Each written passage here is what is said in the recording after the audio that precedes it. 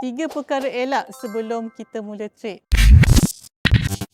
Yang pertama, jangan bantai je. Jangan trade tak ada trading plan. Ini sangat bahaya. Sebelum kita masuk trading, kita kena tahu apa yang kita nak buat. Kita kena tahu bila entry kita, bila exit kita, bila take profit, bila SL. Bila dah tahu semua benda ni, barulah kita masuk dalam trade. Yang kedua, jangan FOMO. Kita tengok kawan A trade cara macam ni, kita nak ikut dia. Kita tengok kawan kita B trade macam ni, kita nak ikut kawan B. Kita tengok kawan C nak trade cara dia, kita pun ikut cara kawan C. Jangan. Kita kena pilih satu trading plan dan kita kenalah gunakan secara konsisten sampailah dia membuahkan hasil. Dan yang ketiga, jangan trade ketika emosi. Kalau kita baru bergaduh dengan kawan ke, sakit hati ke, ataupun kita rasa tak selamat ke, baik jangan trade. Sebab ini akan mengganggu keputusan kita ketika kita trade. Elaklah 3 perkara ni. Nak tahu lagi lanjut?